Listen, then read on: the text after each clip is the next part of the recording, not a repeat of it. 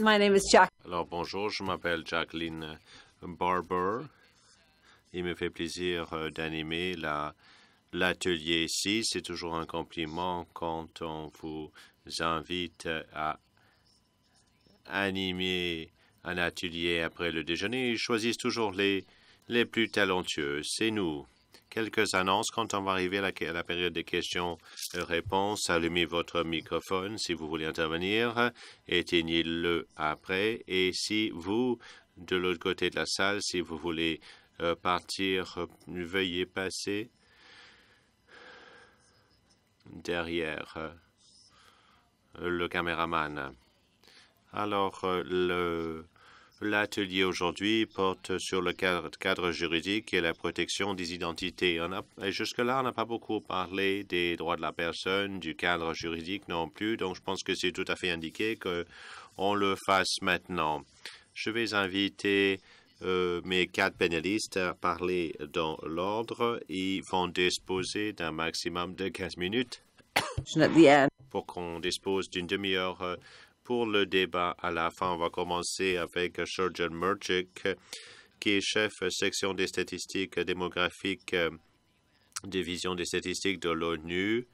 Et ça sera suivi d'une présentation par Philip Settle, qui est vice-président et directeur du programme d'enregistrement des statistiques des faits d'état civil, Vital Strategies, qui travaille dans le domaine de l'enregistrement des statistiques civiles et de l'état civil. Et lui sera suivi par Claire Brougham, qui est une universitaire et les boursière postdoctorale, École de santé publique d'Alalana, Université de Toronto. Et ensuite, on va terminer avec une présentation de Zoran Djokovic, qui est conseiller gestion de l'identité, de la liberté de mouvement, des migrations et du contact humain. Il travaille pour les CE dans la section ou la direction droits humains. Nous avons une bonne représentation de la société civile, des organisations régionales et des universitaires également. Alors, à vous, Sturgeon. Merci beaucoup, Jacqueline. Pourriez-vous peut-être me passer le dispositif, la télécommande? Merci. Alors, bonjour, j'espère qu'on va bien profiter du temps qui nous est alloué aujourd'hui pour parler des questions concernant le cadre juridique pour l'inscription de l'état civil. Comme on a déjà conclu ce matin que l'approche holistique et la fonction qui fonctionne. Et nous devons maintenant étudier le cadre juridique qui va nous permettre de tenir compte de ces 3 fonctions de façon holistique et harmonisée également. Dans ce contexte, je vais vous présenter une partie d'un guide que nous avons publié qui accompagne les normes sur l'inscription de l'état civique. Donc, il y a un guide qui a été rédigé au tout début de 1998 et est en train d'être examiné, révisé avec l'aide de plusieurs intervenants. Alors, ce que je vais vous présenter maintenant est en fait une combinaison de ce qui existe déjà et que vous pouvez consulter déjà si vous regardez le guide sur les statistiques de l'état civil. Mais ça contient également les nouveaux éléments qui seront intégrés dans la nouvelle version du cadre juridique.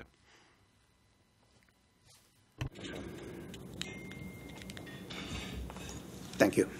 Merci beaucoup. Alors, j'aimerais commencer en vous mettant dans le contexte, en vous présentant le contexte juridique mondial. Dans la plupart des pays du monde, il y a une constitution qui est en haut de l'hiérarchie du cadre juridique. La constitution est donc la loi la plus importante. C'est une loi très générique. C'est nécessaire parce que les dispositions de la Constitution portent sur les concepts tels que la frontière, la défense nationale, la citoyenneté, etc. Dans les thèmes qui découlent de la Constitution des pays. Out of the Constitution. Ensuite, nous avons le prochain niveau, les lois. Les lois. Et de façon générale, il y a deux types de lois. Il y a des lois de fond, il y a des lois procédurales également. Quand on parle de loi de fond, ça veut dire que la loi réglemente certains aspects du fonctionnement de la société dans le droit criminel. Donc, on détermine ce qui est un crime criminel, la sanction imposée, etc.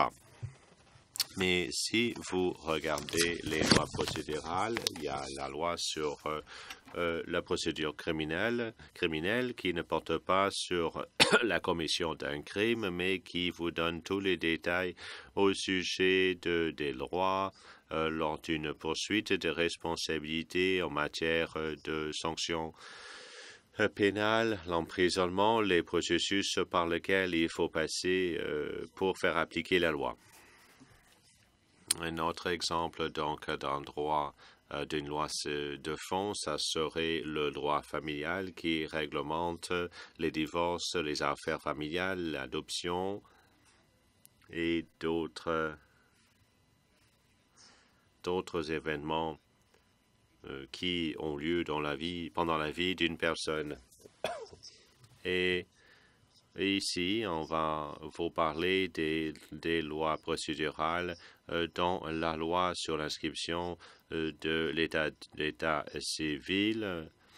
Alors, il peut y avoir un mariage entre des personnes de même sexe, mais cette loi définit les responsabilités de tous les acteurs dans le cadre du processus. Et le niveau le plus bas de cet arbre juridique, les lois sont mises en vigueur par le Parlement, les règlements par le gouvernement. Ça veut dire que les règlements sont beaucoup plus flexibles. Le gouvernement peut émettre des règlements plus rapidement. Débattre une loi peut prendre un certain temps, comme vous savez. On utilise les règlements pour détailler en fait les lois. Il peut y avoir une loi sur la limite de vitesse et c'est les règlements qui fixent la limite de vitesse, si vous voulez, ou les pénalités imposées. Alors, pour ce qui est de l'inscription, il y a trois composantes. Je vais vous présenter donc le cadre juridique pour nous. Pour ce qui est des principes de l'inscription de l'état civil, tout d'abord, il y a l'aspect de la légalité. Les événements, une fois qu'on les inscrive, deviennent donc des documents juridiques. Il faut protéger les intérêts des personnes individuelles et il faut lui donner donc un accès rapide aux services. Il y a également le principe du statut officiel. La loi doit donner à l'agence d'inscription le pouvoir de faire la promotion de l'inscription. L'inscription doit être obligatoire. On a mentionné aujourd'hui, quand on a parlé des quatre principes, un de ces quatre principes, c'est que ça doit être obligatoire. Et ça doit être également simple. La loi doit être conviviale. Ça, c'est la simplification du service. Et un des dispositions le plus important, c'est que le service doit être gratuit. Si vous regardez les dispositions d'une telle loi, il faudrait avoir une définition des événements de la vie, et donc une définition internationale d'une naissance, d'un décès, etc. Ensuite, l'inscription serait obligatoire.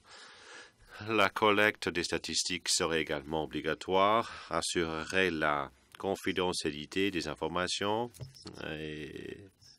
et doit donc assurer l'archivage des dossiers. Alors, ce sont des dispositions générales dans une loi. Il faudrait également une description de l'infrastructure de l'inscription, qui en est responsable, quelles sont les responsabilités de registraire en chef, registraire local, les unités d'inscription, etc.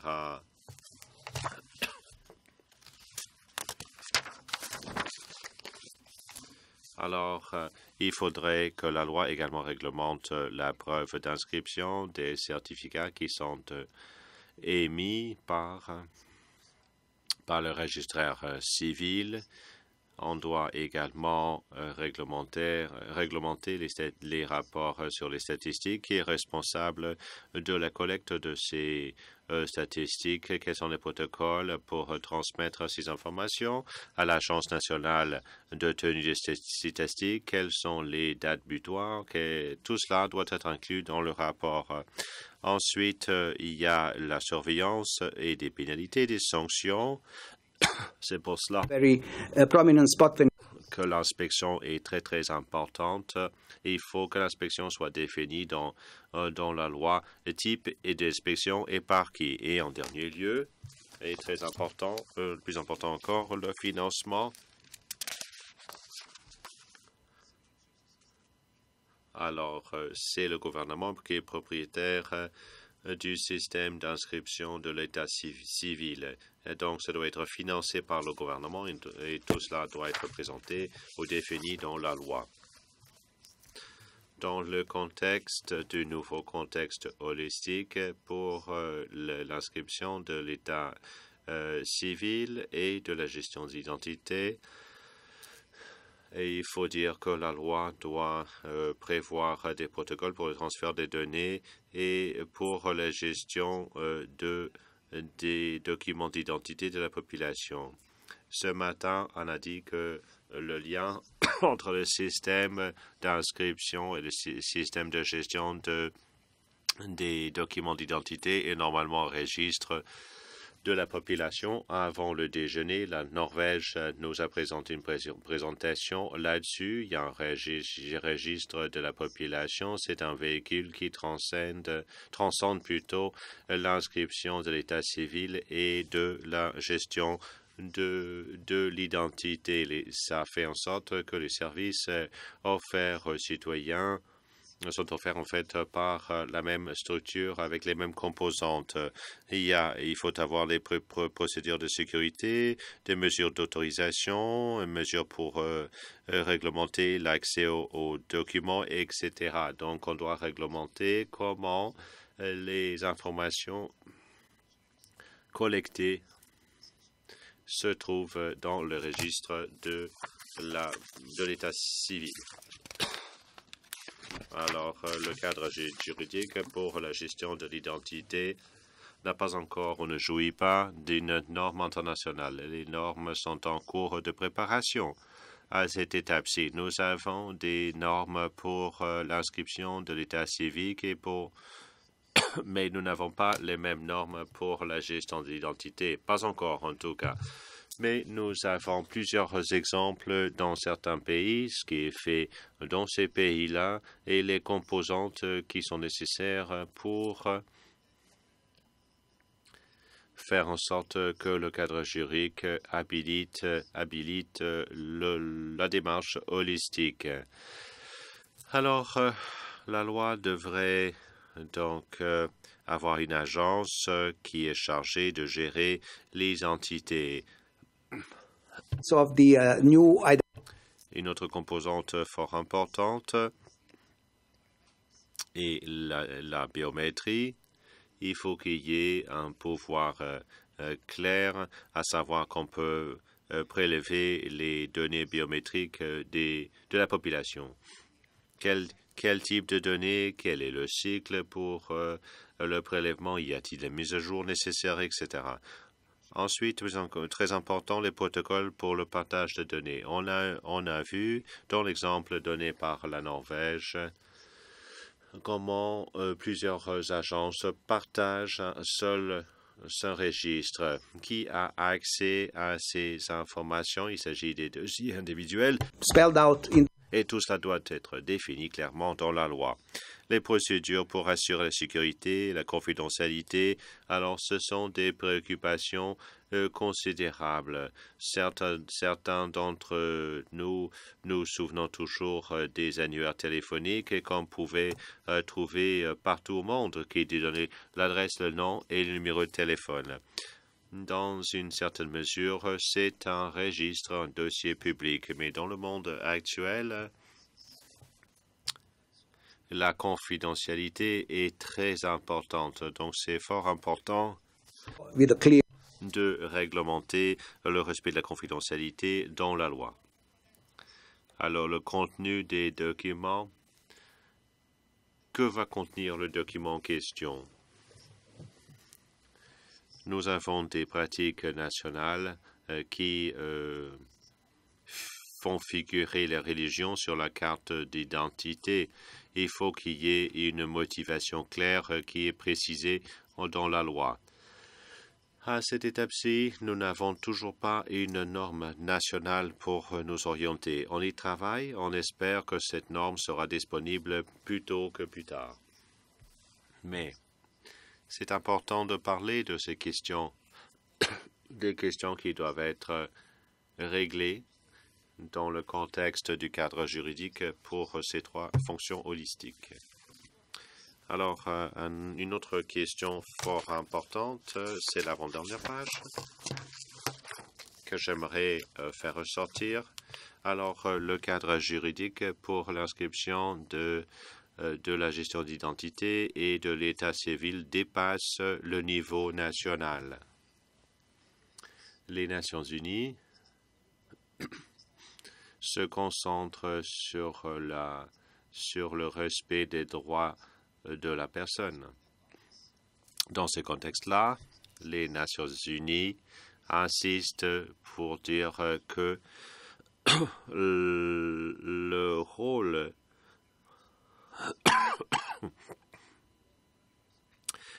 joué par l'inscription de l'état civil pour l'établissement et la mise en vigueur des droits de la personne découlant des déclarations nationales et des conventions internationales est une des contributions la plus importantes. Et alors, c'est quelque chose, en fait, qui est crucial, qui est très, très important. Alors, la liste est très longue. Alors, si le pays a signé les conventions que vous voyez à l'écran, alors dans ce cas-là, ces conventions font partie automatiquement du cadre juridique pour la gestion de l'identité et pour l'inscription de l'état civil. Alors, tout ne s'arrête pas au niveau national. On ne peut pas dire tout simplement, écoutez, on a le cadre juridique avec toutes ses composantes. Non, il faut aller plus loin. Il faut se pencher sur le droit international, sur les droits de la personne pour voir l'incidence de ces deux instruments sur les enfants, par exemple. Si le pays a signé une convention, le pays est tenu de accorder un nom à chaque enfant lors de la naissance. Ça veut dire qu'on doit émettre un certificat de naissance.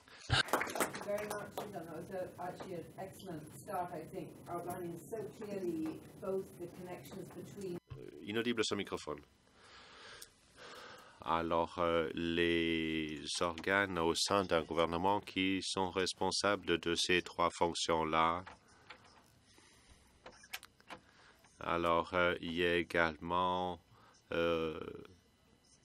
les systèmes nationaux, régionaux, etc. Donc, c'est un bon départ. Notre deuxième conférencier est de Philippe Settel de Vital Strategies. À vous la parole. Thanks, everyone. Alors, bonjour à tous. Alors, ce matin, on nous a parlé de jeter les bases.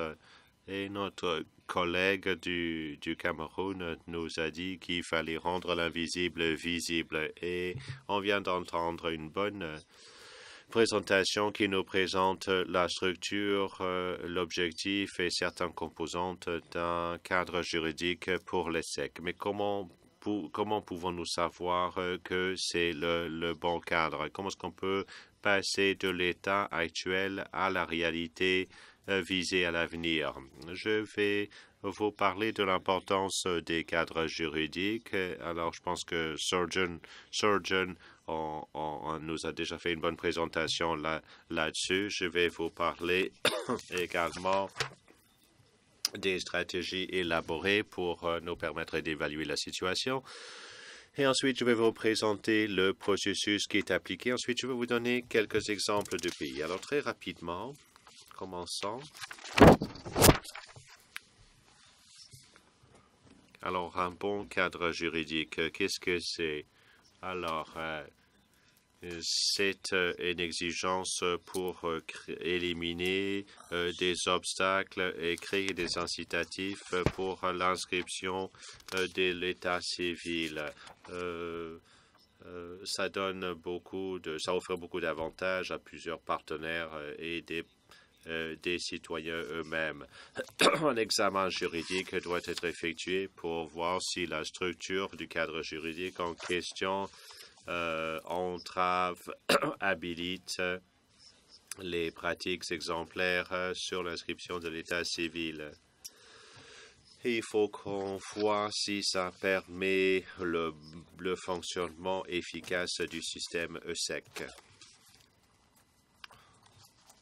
Un cadre juridique devrait bien définir les responsabilités, les pouvoirs et des fonctions des intervenants et doit établir un équilibre entre le fonctionnement et l'adaptabilité. Il doit faire en sorte que les relations entre les intervenants soient permises et même encouragées.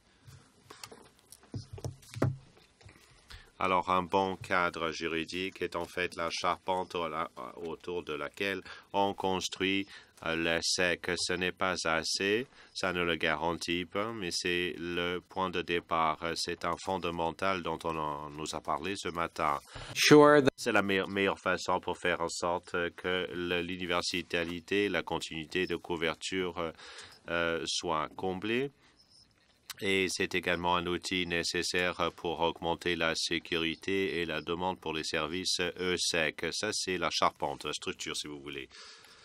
Alors, l'outil que nous avons élaboré, qui est appelé donc un examen réglementaire, découle de notre désir de comprendre le cadre juridique existant,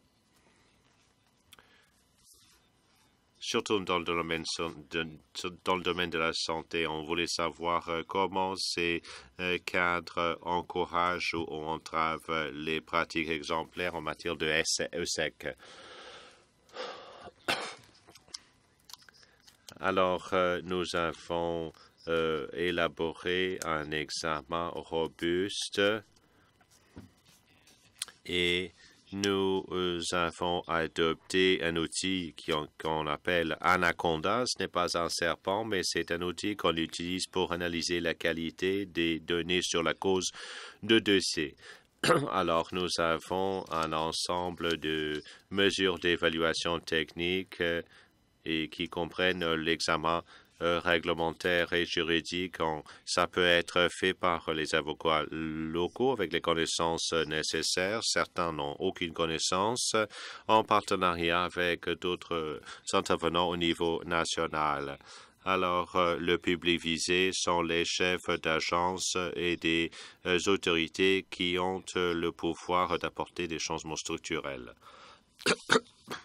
L'outil est en fait une matrice composée de 8 chapitres avec 42 pratiques exemplaires dérivées des principes et des recommandations du USND et de concert avec les registraires à l'échelle mondiale. C'est un examen qui vous permet de dresser un inventaire des procédures pour un pays donné. Et c'est conçu de façon modulaire en format PDF qui peut être rempli au fur et à mesure. Alors, ça couvre des lois et des règlements et également les procédures de fonctionnement. Donc, il faut qu'il y ait un fil conducteur de ces procédures vers les pratiques exemplaires qui doivent être en place. On l'utilise pour identifier les lacunes et les possibilités de changement.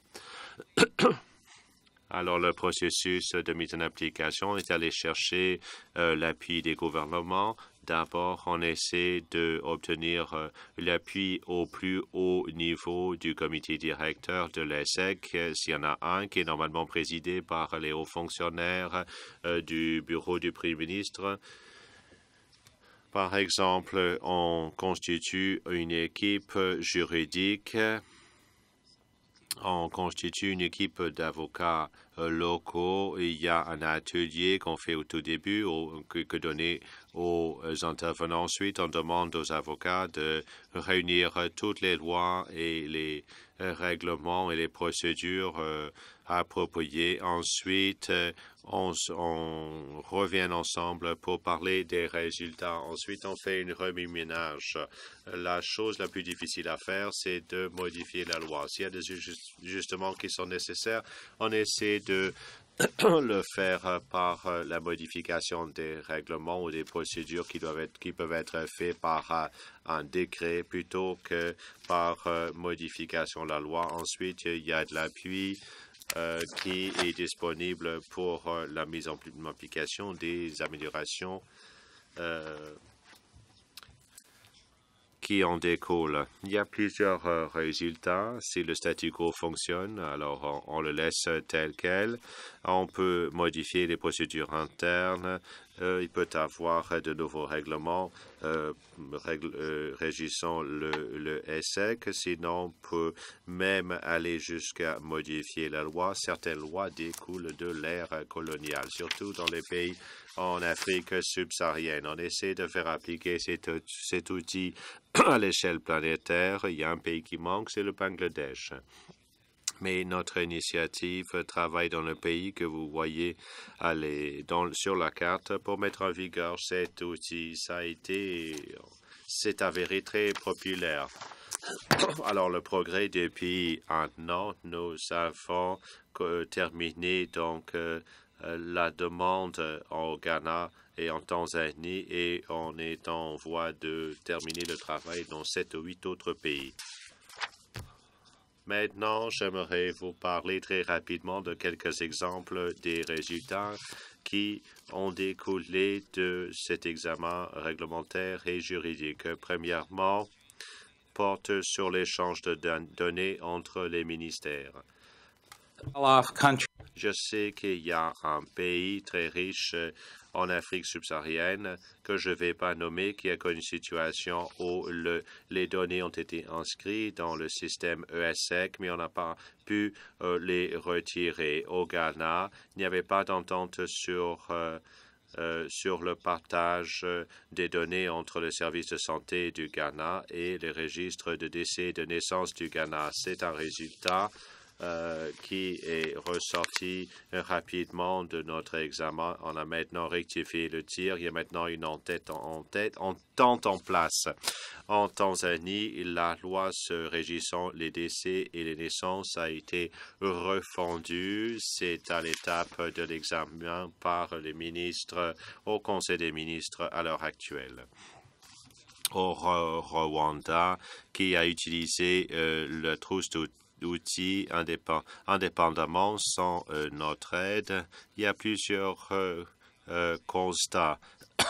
Alors, on autorise maintenant les établissements sanitaires pour devenir des points d'inscription. On a également autorisé les fournisseurs de soins à domicile qui travaillent avec la communautaire à être ceux qui avisent des changements de l'état civil.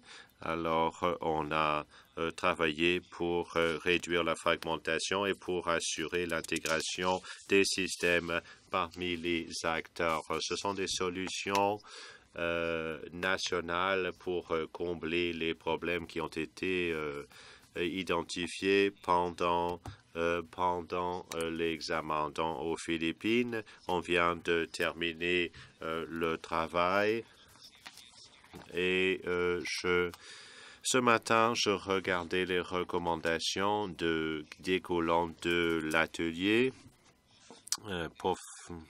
et on travaille pour faire en sorte que la panoplie de recommandations soit mise en vigueur par le comité ESSEC. Il y a déjà des lignes directrices qui ont été bonifiées portant sur la cause de décès. C'est un MUC code, donc certificat médical pour la cause de décès. En Colombie, nous avons trouvé beaucoup de règlements régissant l'ESSEC. Alors, on a décidé qu'il fallait qu'il y ait une coordination et qu'il fallait donc rationaliser les règlements régissant l'ESSEC. 3 minutes. Oh. 3 minutes encore. J'ai encore du temps. Au Cambodge, nous voulons modifier le cadre juridique pour l'intégration des ESSEC. Et au Brésil, nous travaillons sur une réglementation qui permettra la certification électronique des décès et une coordination améliorée avec le médico-légal. En Équateur, il faut que les choses soient sur papier, justement, ce qui élimine la numérisation. On a dit il fallait identifier sur papier la cause du décès. Donc, on pourrait avoir des certificats conformes à l'ICD. En Équateur, au Pérou et en Zambie, vous regardez vous-même le travail qui s'y fait suite à l'examen juridique et réglementaire. Il y a, par exemple, des choses comme les causes de décès, parce que cela fait partie de l'initiative sur la santé, mais c'est le genre de choses qui relèvent aussi de d'autres secteurs. La trousse à outils et des données seront disponibles sous peu à cette adresse. Et dans la deuxième version, nous veillerons à inclure d'autres événements vitaux, sécurité, authentification, questions transfrontalières, et je vais ajouter ici les droits de la personne qui sont entachés dans enchâssés dans toute convention des pays signataires. Et je crois que personnellement, une question qui se pose ici, c'est au sujet de l'ambiguïté entre l'ESSEC et les systèmes d'identité nationale. Personnellement, je pense que l'ESSEC donne des preuves de l'identité juridique, mais le NID fournit une preuve de l'identité. Donc, vous avez besoin d'un certificat de naissance pour prouver que vous avez un statut juridique dans un pays. La carte que l'on a sur soi doit être reconnue par les services gouvernementaux comme étant une preuve légale de votre identité. Alors, je serais bien intéressée de savoir si c'est une idée qui interpelle les gens et si vous pensez dans la salle que le NID fonctionne dans une zone grise légale et réglementaire. Est-ce que ça peut mettre le système ESSEC en danger? Alors, je vais m'arrêter là-dessus. Merci. Merci, c'était vraiment très intéressant. Je pense que votre façon de présenter le besoin d'un cadre juridique et d'avoir suivi cela par le fonctionnement sur le terrain, c'est souvent la deuxième étape qu'oublient les avocats et on obtient ainsi des résultats négatifs. Je trouve cela fascinant et j'espère que nous pourrons retrouver vos derniers points aussi sur la relation entre la preuve légale d'identité des systèmes ESSEC et des autres systèmes nationaux. Alors, merci beaucoup. La troisième présentation viendra de Claire Brolin, comme je l'ai dit. Elle est une universitaire qui enseigne et fait de la recherche à l'Université de Toronto et qui est experte en droit public, en services de santé publique. Alors, à vous la parole.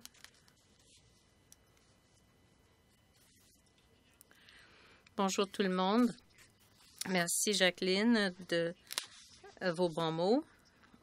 Et merci aussi au Centre d'excellence et au CRDI de m'avoir invité.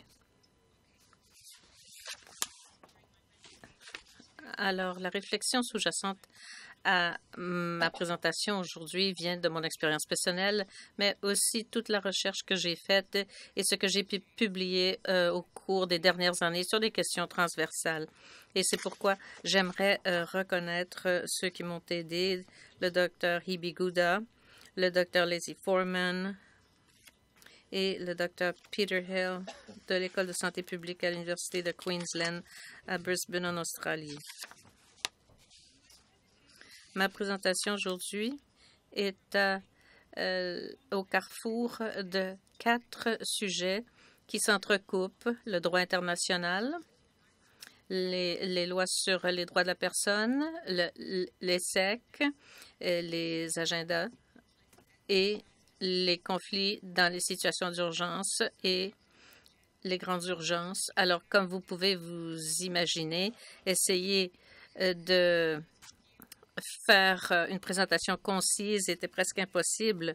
Mais quand je parle de conflits et de catastrophes, je vais rester très général en 15 minutes seulement. Et les définitions sont moins importantes pour cette présentation. Mais ce qui m'intéresse, c'est que il y a des choses qui se passent dans tous les pays. Et ce qui m'intéresse surtout, c'est que dans le contexte ECD, les questions de pouvoir sont vraiment à plusieurs facettes, et c'est bien peu dire. Et ce qui me passionne au sujet des événements ECD, c'est que ces événements ne tiennent pas compte des frontières souveraines et non plus de la documentation des populations décimées. Ils peuvent avoir un très gros impact sur les pauvres, les marginalisés, y compris les personnes isolées, les personnes vivant dans des régions éloignées, les victimes de discrimination ou les sans-papiers. Et à mon avis, à moins qu'il y ait une question de reddition de comptes dans l'agenda 2030, ces personnes devraient être protégées par des dispositions expresses dans des cadres réglementaires, et parce que je pense que tous les pays devraient en exiger d'ailleurs, mais je crains que ce seront ces gens-là, surtout les femmes sans papier, les filles sans papier, les autochtones, les minorités, et qui vont se retrouver entre deux chaises, même si on voudrait laisser personne en arrière dans l'agenda 2030. Passons au disconnect.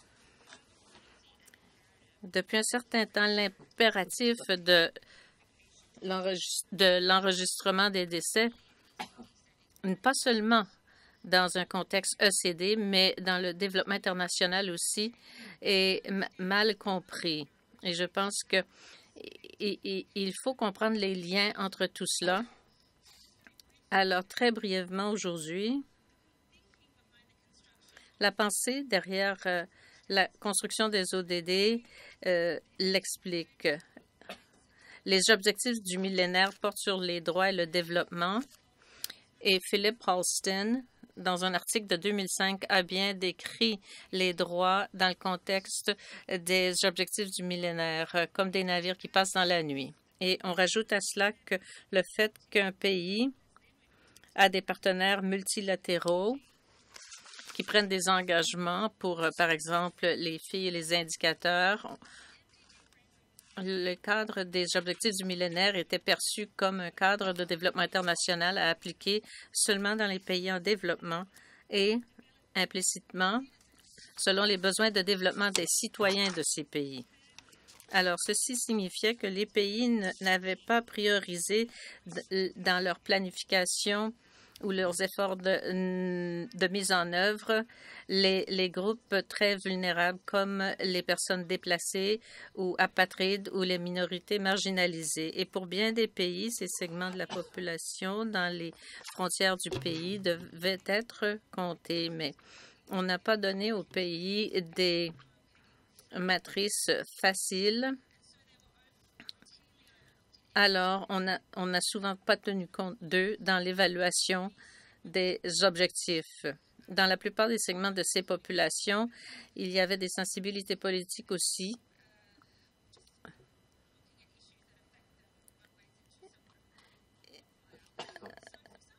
Pour certains pays, il était plus facile politiquement d'avoir des inconnus. Par la suite, plusieurs de ces personnes et communautés sont devenues invisibles et les pays qui ont fait des rapports sur leur matrice. En juin 2005, on a dit que les stratégies adoptées avaient été utilisées pour des personnes déplacées. Mais sauf votre respect, je dois dire que la population et la communauté de recherche en santé a fait beaucoup de promotions pour les systèmes d'ESSEC parce qu'ils étaient engagés justement dans l'atteinte des objectifs 4, 5 et 6, surtout ceux qui avaient trait donc à la santé. Alors, au sein du milieu de la santé, on comprenait bien l'importance des systèmes d'information sur la santé pour obtenir de bonnes données, pour évaluer les objectifs du millénaire et adopter des initiatives bénéfiques. Par ailleurs, quand je pense au droit international et aux écrits sur le développement, en même temps que les objectifs du millénaire, il y a des universitaires qui s'occupaient des enregistrements des naissances. On ne pensait pas du tout au décès, mais bien aux naissances. Et je pense qu'il y a diverses raisons pour cela. L'UNICEF était impliqué dans la promotion des inscriptions des naissances pendant cette période. Planning International aussi a fait de l'excellent travail. Mais la raison principale pour lesquelles les partisans des droits de la personne défendaient cela, c'est parce que l'inscription ou l'enregistrement des naissances avait un mandat international certain. Le droit d'avoir un nom, une nationalité, de connaître les parents, le droit d'un enfant de préserver son identité, que chaque enfant devrait être enregistré tout de suite après la naissance, sans discrimination.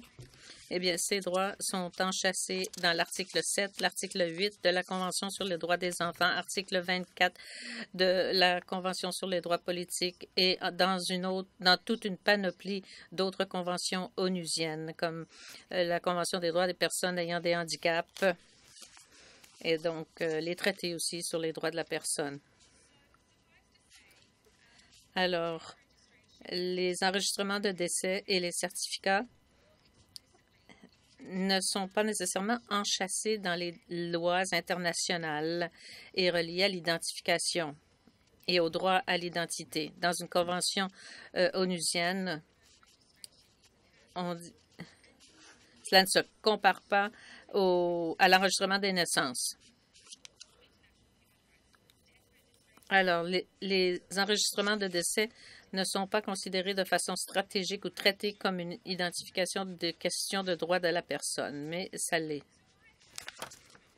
Alors, pourquoi avoir un enregistrement de décès comme droit humain international?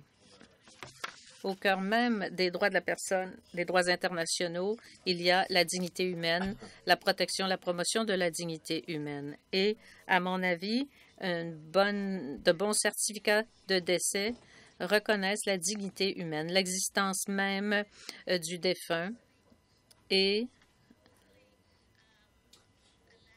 par conséquent,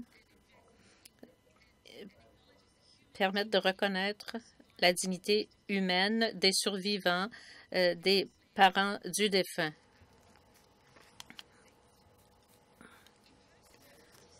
Dans des milieux subséquents à une urgence, il y a des ressources qui doivent être offertes aux victimes, mais il faut compter sur des systèmes solides d'ESSEC.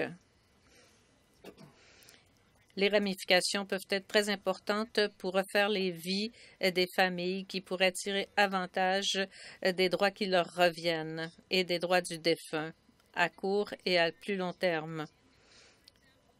C'est une question de sexe ici. Par exemple, les femmes qui sont déplacées, qui sont pauvres, qui sont très vulnérables, quand elles ont un certificat de décès de leur mari, de leur père, de leur frère ou d'un oncle, ou le décès d'un être cher,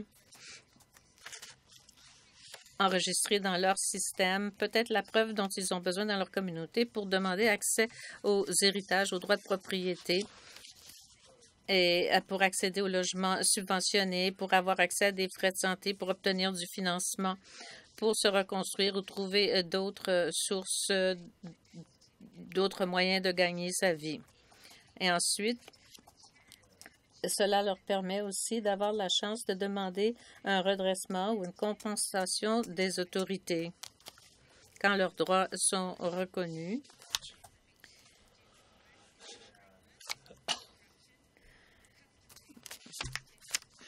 Rural legal systems or a mixture of all of these. Death registration is Les enregistrements de décès sont importants aussi pour toutes sortes de droits culturels, sociopolitiques, surtout pour les personnes déplacées à l'intérieur d'un pays. Les personnes qui sont déplacées de force ou de façon involontaire, déplacées à l'extérieur des frontières. Dans les écrits internationaux, on voit l'importance des enregistrements de décès suite surtout au grand mouvement de personnes dans l'Union européenne. Et l'argument qui veut que l'enregistrement d'un décès soit très important pour les survivants, pour qu'ils puissent savoir ce qui est arrivé aux êtres chers, pour permettre au processus de deuil de prendre place, et pour les questions qui ont trait aux conventions des droits de la personne, enfin, le droit à une vie de famille. Enfin, ce sont là des aspects très techniques des lois. Je ne vais pas m'y attarder, mais la recherche qualitative a démontré que le savoir où se trouve un être cher lors d'une séparation causée par un conflit ou une catastrophe est crucial pour permettre la réinstallation des survivants et des récents réfugiés.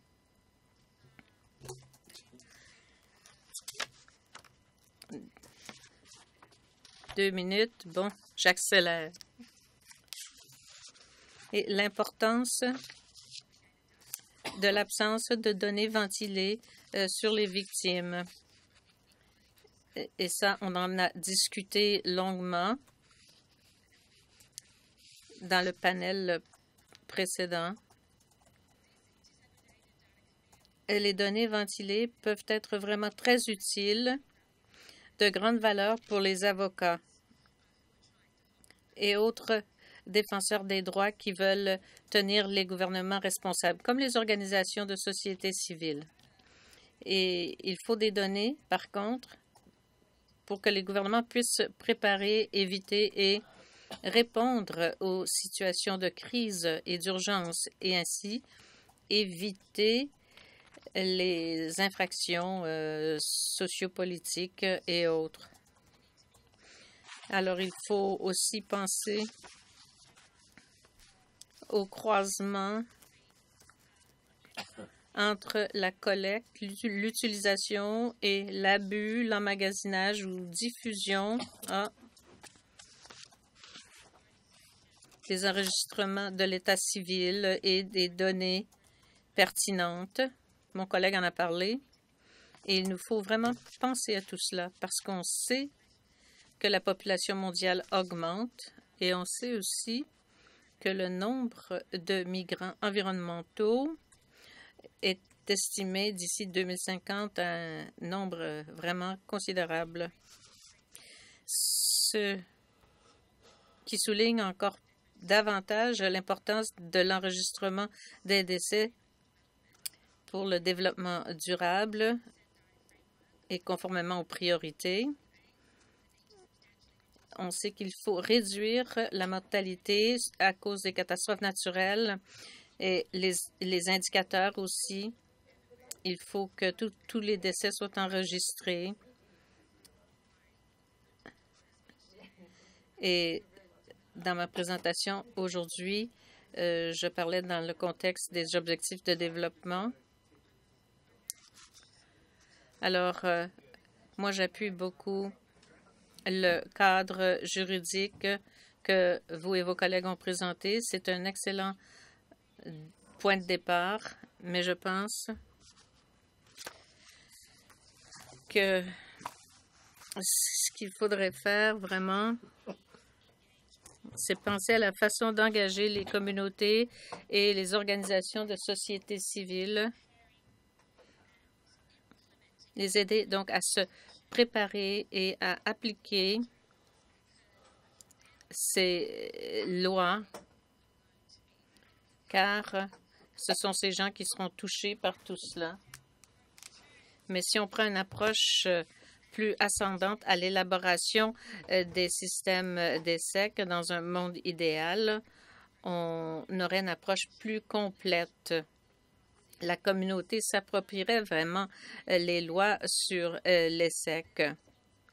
Et la communauté connaîtrait leurs droits et responsabilités, leurs obligations. Et pour moi, c'est ce qui est vraiment emballant ici. Et en engageant les communautés, on pourrait comprendre quels sont les incitatifs et les dissuasifs à l'enregistrement. Et on pourrait donc intégrer ces connaissances de la base dans une excellente loi.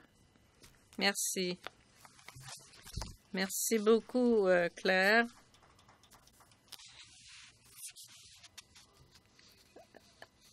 Ce sont des présentations vraiment très riches en contenu.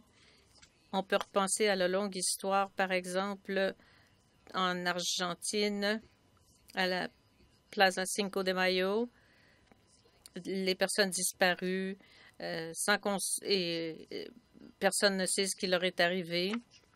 Et on essaie maintenant d'essayer vraiment de retrouver les personnes qui sont noyées dans la Méditerranée.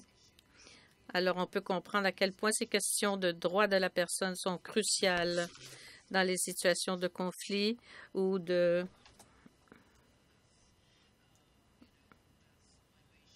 migration massive ou de catastrophes naturelles. Alors, merci beaucoup d'avoir soulevé ces points et aussi pour avoir parlé du lien entre l'implication de la base pour la création, l'élaboration et l'application de normes.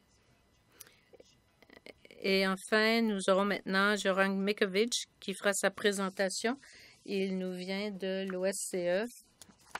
À vous la parole. Merci. Bonjour tout le monde. Et merci surtout au CRDI de l'invitation. Je suis ravie d'être ici. Et dans ma présentation aujourd'hui, je vais me concentrer sur la liberté de mouvement et les systèmes d'essai. Et ça a été rarement exploré. Et je pense que dans ma présentation, je lèverai le voile sur ces deux aspects très importants. Et je donnerai quelques informations aussi sur l'expérience européenne dans le contexte d'un cadre légal. Parce que moi, je viens d'une partie du monde où la plupart des renseignements d'ESSEC font déjà partie de bases de données. Et en fait, l'accent maintenant porte sur la façon d'assurer que ces données ne sortent pas du cadre défini par la loi. Alors, en parlant de liberté de mouvement, un petit rappel des droits fondamentaux tels que décrits dans la Déclaration universelle des droits de la personne que tout le monde a le droit à la liberté de mouvement à l'intérieur des frontières de chaque État et tout le monde a le droit de quitter n'importe quel pays, y compris le sien, pour retourner dans son pays. Alors, c'est un droit fondamental. Il y a les mouvements internes, mais aussi les mouvements transfrontaliers. Il faut souligner que ce droit fondamental exige que l'État protège ses droits des individus. Et j'ai souligné ici dans cette diapo que si l'État a l'obligation de protéger les droits de tout le monde, l'État doit savoir qui sont tous ces gens, chaque personne individuellement. Alors, si je passe maintenant au mouvement interne, c'est-à-dire liberté de mouvement à l'intérieur d'un État, je vais me concentrer sur l'expérience de l'OAC, les États participants, l'Europe, le Canada, les États-Unis. Et je dirais que dans la plupart de ces pays de la région, il est requis d'enregistrer le lieu de résidence. Et le lieu de résidence est enregistré et c'est que plusieurs indiquent dans leur enregistrement et c'est ce que les autorités utilisent pour la prestation de services et pour décider comment les services seront offerts à la communauté. Ce que ces registres de résidents contiennent, c'est de l'information qui les relie au système d'ESSEC, les données sur l'identité de la personne avec des renseignements sur l'adresse. C'est ce qui crée le registre de résidence. Si vous ajoutez d'autres renseignements sur la personne, vous tombez maintenant dans un registre démographique. Alors, qu'est-ce que cela signifie? Si vous avez un registre de résidence, vous avez essentiellement donc le droit de vous déplacer librement à l'intérieur des frontières de l'État. Mais si vous avez de la difficulté à aller dans un autre registre de résidence, aura de l'effet sur la liberté de mouvement et l'accès à d'autres services. Qu'est-ce que cela signifie en réalité? Outre le fait qu'il y ait différents règlements administratifs en vigueur qui déterminent où vous pouvez vous enregistrer votre résidence. Si vous ne pouvez prouver votre identité, vous ne pourrez pas être dans un registre de résidence, ce qui signifie que l'ESSEC produit des données d'identité qui vous permettent d'être inscrit dans le registre de résidence. Alors, en fait, dans la région OAC, la plupart du temps, les gens ont certaines limitations de la liberté de mouvement parce qu'ils sont légalement invisibles. Ils ne sont pas inscrits dans le registre de l'État civil. Alors, cela vous donne une idée de ce que l'on fait grâce à l'ESSEC comme pour assurer la liberté de mouvement. Dernièrement, on a souligné l'importance des systèmes d'ESSEC dans le contexte du cosmopolite. Je veux dire que ça peut être quelque chose que l'on tient tous pour acquis ici. La question des passeports. En fait, le passeport est l'instrument le plus important pour faciliter les déplacements à l'échelle internationale, puisque c'est un document que tout le monde sur la planète convient de reconnaître comme document de confiance qui permet de circuler librement d'un pays à l'autre. Et l'Organisation de l'aviation civile définit les normes pour la conception et la sécurité des documents de voyage et depuis longtemps, il porte surtout sur la sécurité des documents eux-mêmes et du cadre de délivrance des passeports. Ce qu'ils ont découvert récemment, c'est que ce n'est plus si important la sécurité des passeports parce qu'ils ont quand même atteint un niveau de sécurité très élevé. On constate qu'ils ont très peu de contrôle sur l'information d'identité qui est contenue dans ce document. Ils doivent retracer cette information jusqu'à son origine. Et c'est ce qu'on appelle dans la stratégie TRIP de 2013. La première chose à retrouver quand on délivre un passeport, c'est qu'on a de bonnes preuves d'identité. J'oserais dire que ceci se traduit non seulement pour les documents de voyage, mais aussi dans la délivrance de cartes d'identité nationales. Il faut avoir des éléments crédibles pour établir l'identité. C'est ce qu'on a dit dès le début, c'est que le SEC est l'aspect le plus important qui permet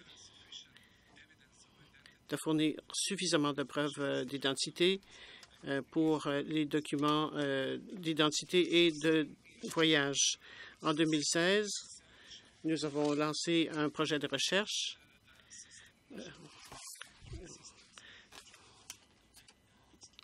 au sein de l'OSCE et nous voulions voir comment les États participants obtenaient des preuves d'identité pour la délivrance des cartes d'identité et les documents de voyage nationaux.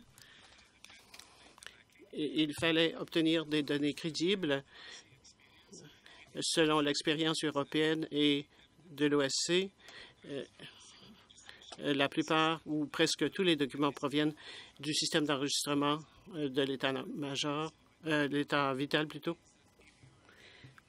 Alors, si vous faites une demande de carte d'identité ou des documents de voyage, la première chose qu'on vous demandera, c'est de fournir votre certificat de naissance.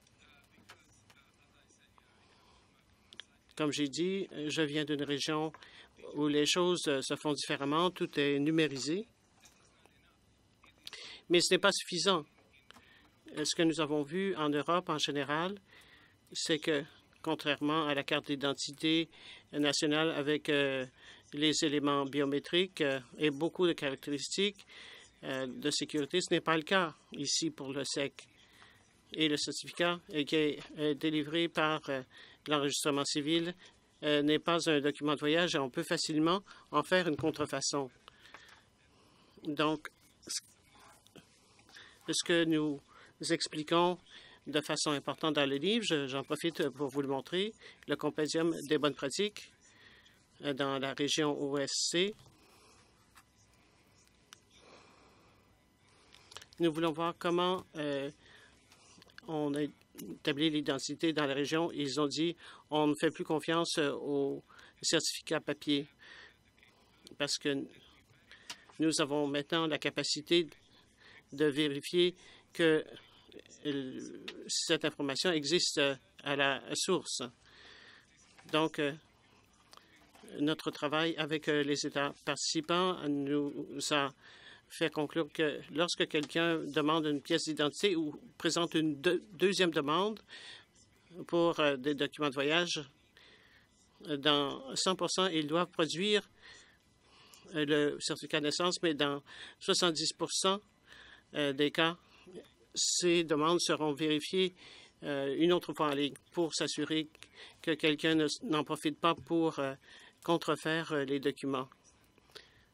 Mais ça ne s'applique pas seulement au certificat de naissance, parce que dans la gestion de l'identité, on a vu que quelqu'un subtilise l'identité d'une personne qui n'est même pas au courant dans certains cas. Donc, les données se trouvent dans le registre d'enregistrement civil.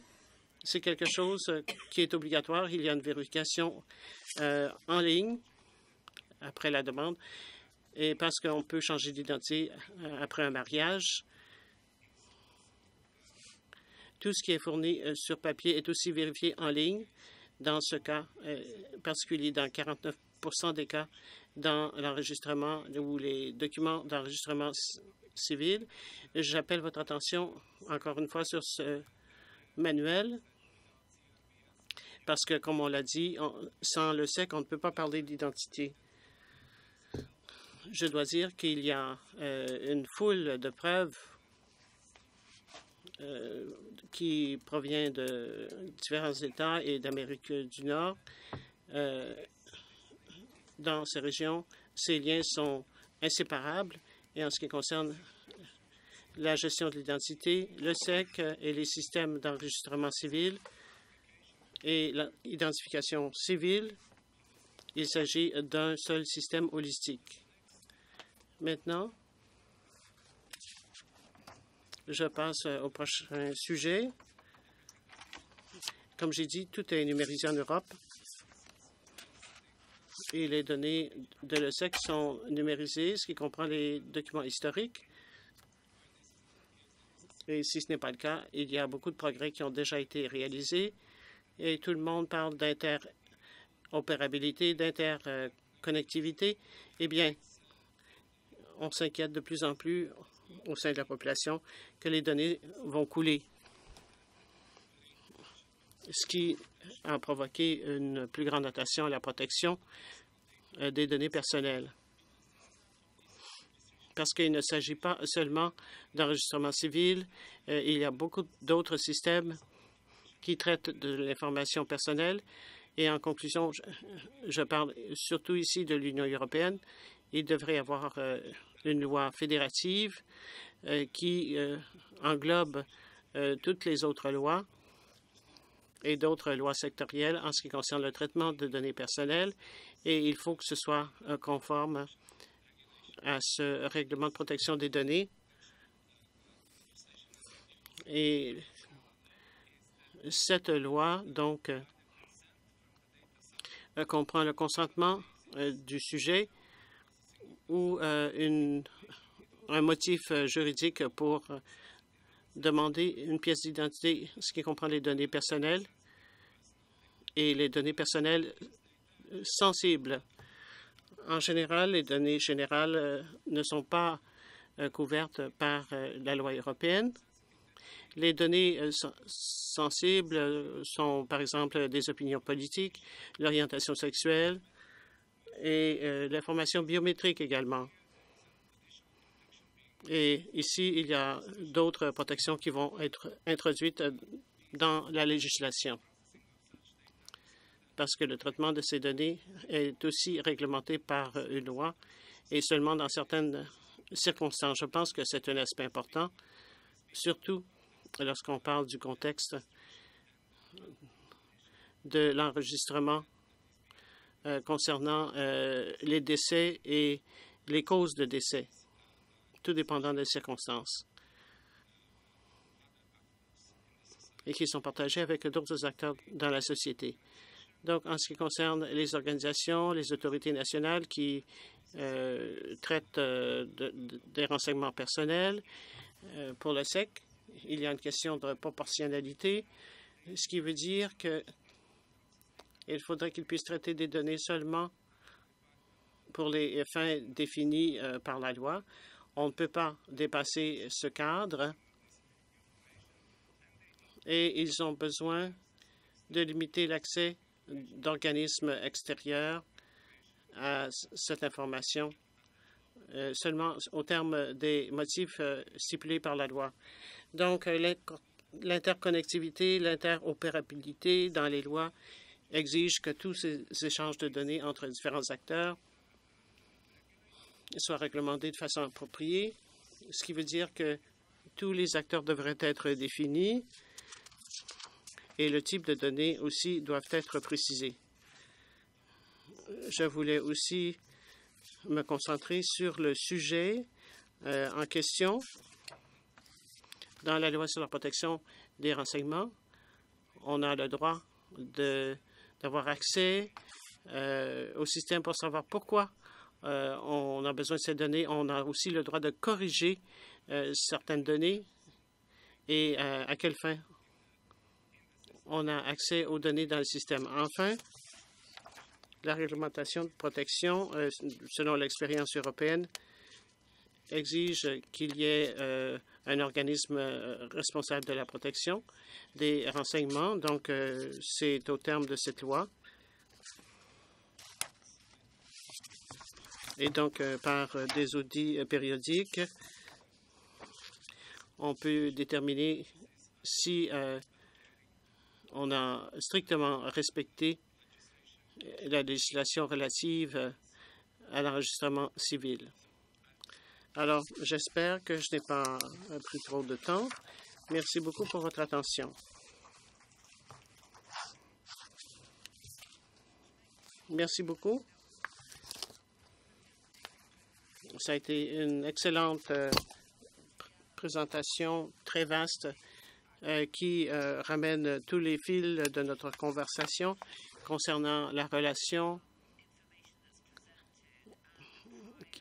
qui est présentée et ce qui nous permet de valider cette information. C'est quelque chose de crucial. Maintenant, cette horloge est maintenant défunte. Nous avons à peu près un quart d'heure pour la discussion. Veuillez vous nommer et n'oubliez pas d'allumer votre micro.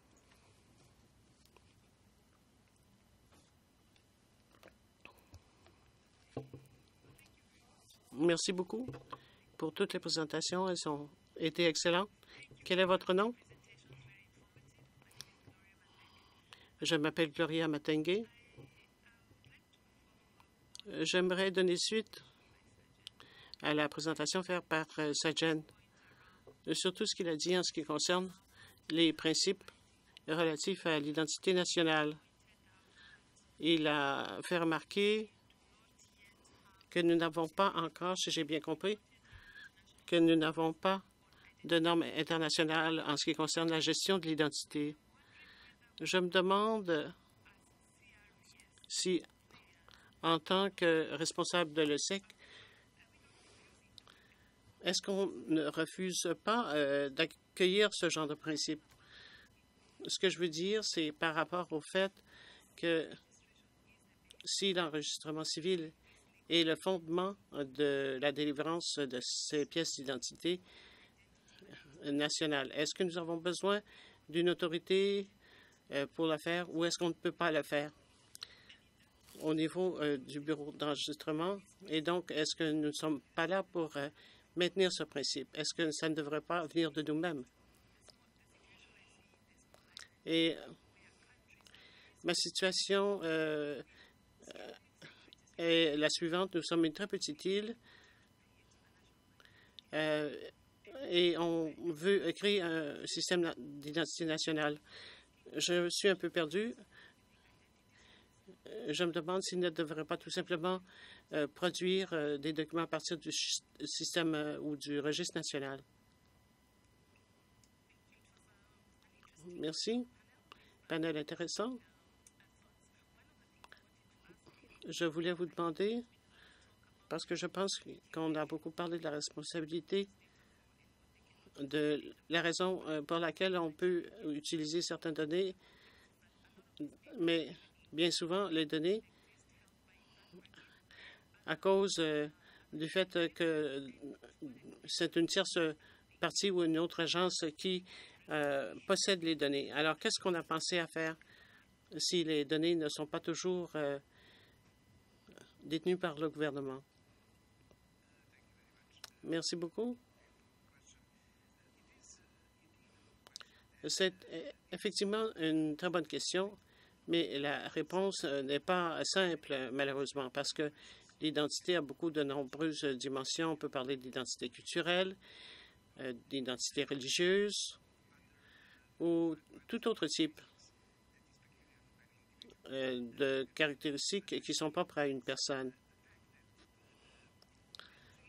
Ce dont il s'agit ici, c'est que dans le monde juridique, il faut délivrer, par exemple, un certificat de décès. Si l'identité a été reconnue de façon légale, donc un certificat, savoir si ce certificat peut être utilisé directement pour la délivrance de cartes d'identité. Il faut se demander ce qu'on peut faire pour la gestion.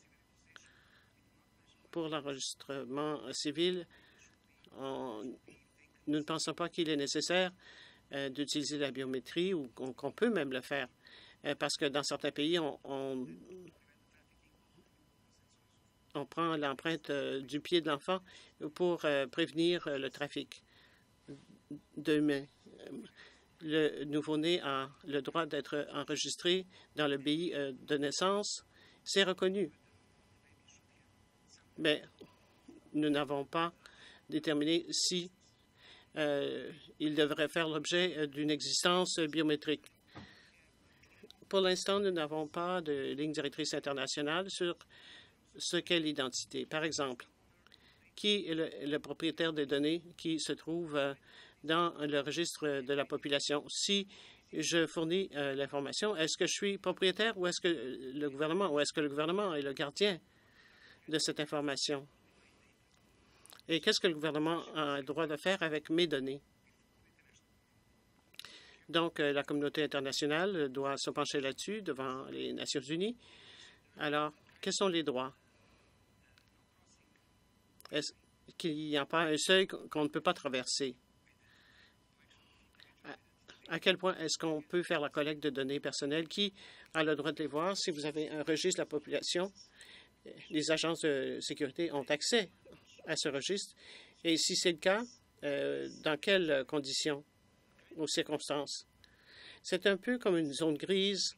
Alors, ce que nous disons, c'est que nous savons que ce système doit être mis sur pied et nous savons que c'est avantageux, c'est rentable et c'est relié l'un à l'autre.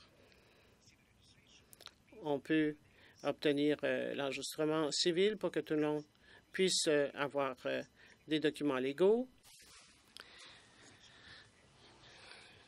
Et il faut aussi avoir des documents ou des pièces d'identité qui vous donnent accès aux services. C'est tout à fait logique. Donc, nous travaillons en ce sens, mais nous n'avons toujours pas de consensus international. Si vous demandez si le Bureau d'enregistrement civil devrait délivrer des cartes d'identité, ce n'est pas ce que j'ai entendu, ce n'est pas ce qui se passe, parce que cela va au-delà de ce que les bureaux d'enregistrement sont disposés à faire. C'est complexe, il faut la biométrie, il faut des vérifications, toutes sortes de mesures de protection qui permettent d'établir le bon niveau de collecte. Donc, si vous avez un certificat de naissance, vous pouvez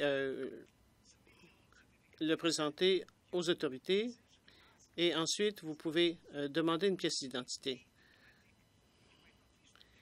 Si c'était automatique, vous n'auriez pas besoin de carte d'identité. Ce serait selon votre préférence personnelle. Donc, à un moment donné, il faudra encore prendre des décisions en ce qui concerne ces choses-là. La confidentialité, l'accès à ces cartes, à l'information. Il y a un exemple en Afrique subsaharienne où, pour partager les données, ils ont développé un algorithme qui va chercher quelques éléments d'information dans une banque de données, dans l'autre. Alors, c'est quelque chose qui doit être publié. Ils ont peut-être raison, peut-être que non. Alors, je n'ai pas vraiment de réponse à cela. C'est pour cette raison que, essentiellement, nous travaillons très, très fort pour obtenir des directives.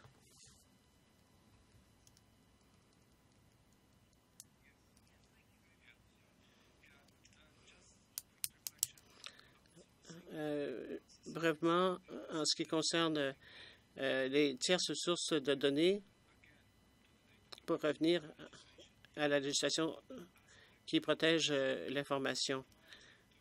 Dans certains cas, les autorités, y compris celles qui traitent les données, au nom des autorités, sont tenues de garder un relevé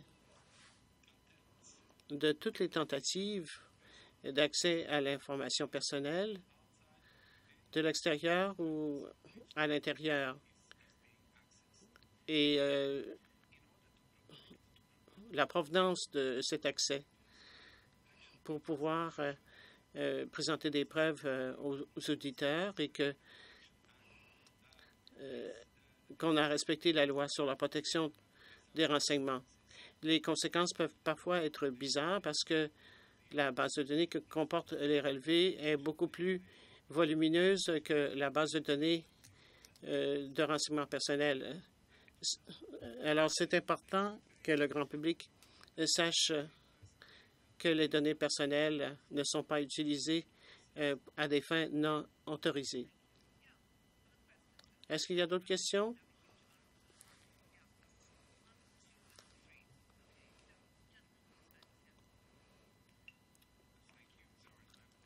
Merci. Nico Chott, du Haut-Commissariat des réfugiés de l'ONU. Est-ce qu'il y a des leçons clés que vous avez tirées en ce qui concerne la législation sur la protection des renseignements personnels dans votre région? Je pose la question parce que, bien sûr, c'est en train d'être mis sur pied dans de nombreux autres États. Merci.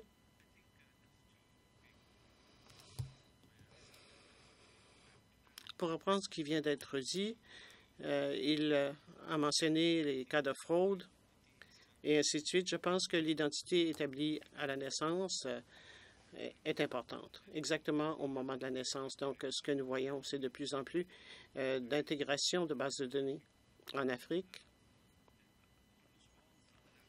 Presque tous les pays d'Afrique du Sud ont un système d'enregistrement civil et la gestion qui gère ces systèmes gère aussi les autres systèmes au Ghana, au Zimbabwe, mais pas en Zambie.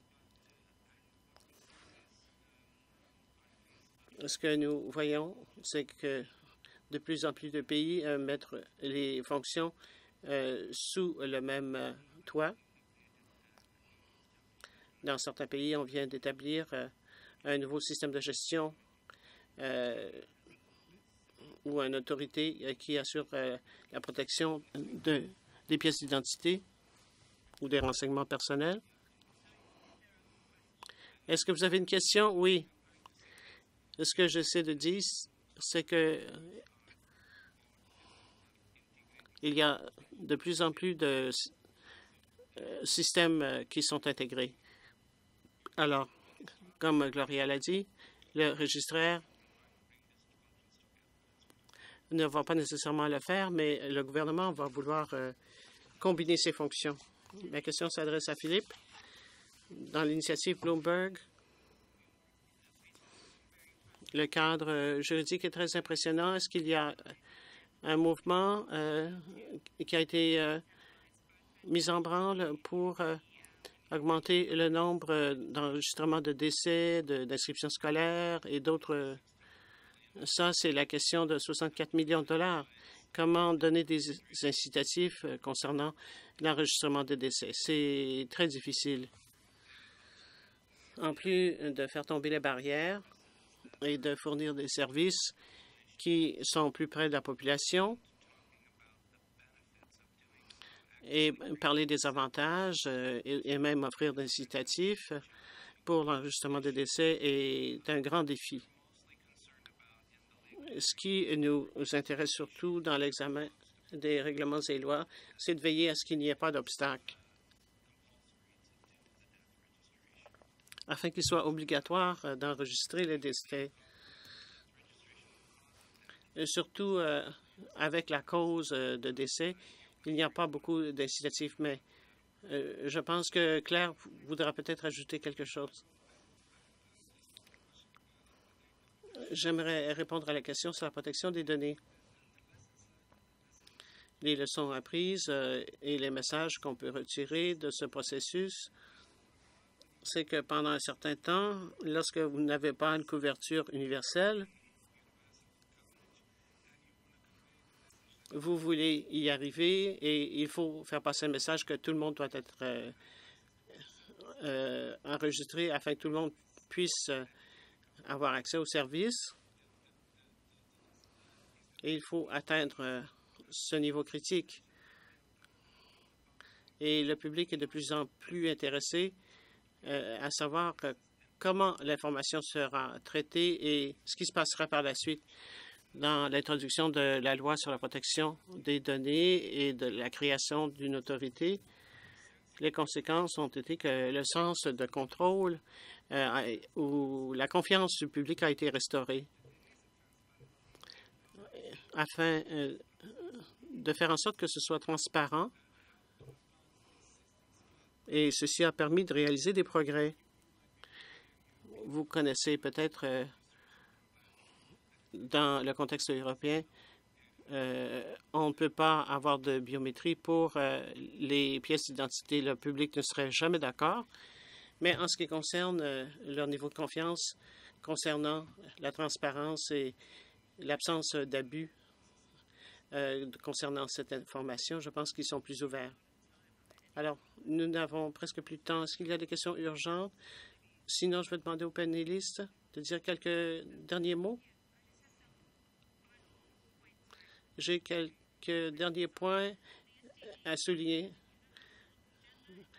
Cet agenda est universel, s'applique à tous dans les pays à revenus élevés ou moyens. Et j'encourage fortement les pays mieux nantis à revoir leurs lois et règlements parce qu'il y a des lacunes importantes dans mon pays, comme en Australie et au Canada. Il y a un véritable problème en ce qui concerne les peuples autochtones qui n'ont pas de certificat de naissance, ce qui les rend invisibles et défavorisés. Il y a des violations de leurs droits. Donc, j'aimerais beaucoup suivre ce que font les pays les mieux nantis et j'aimerais aussi souligner le besoin d'avoir des lois nationales sur le SEC et qu'on soit compatibles les uns avec les autres et qu'on uniformise les lois. Et il faut que cette uniformisation soit explicite. On ne peut pas seulement compter sur des énoncés vagues dans ces lois. Troisièmement, je vous encourage, par exemple, en ce qui concerne la mise en œuvre et l'évaluation de ces systèmes ESEP, je pense qu'il faut que des mesures intersectorielles soient prises afin que les leaders communautaires puissent être les fers de lance de ces mesures. Nous avons eu énormément de consensus au panel. Est-ce que vous avez quelques derniers mots, quelques dernières pensées? Nous avons 2 minutes. Non? Je ne sais pas si j'ai mentionné pendant que je faisais ma présentation, mais j'ai apporté quelques copies de ce livre. Ne vous gênez pas pour en prendre un exemplaire si vous avez de la place dans vos bagages. Alors, merci, c'était une excellente discussion.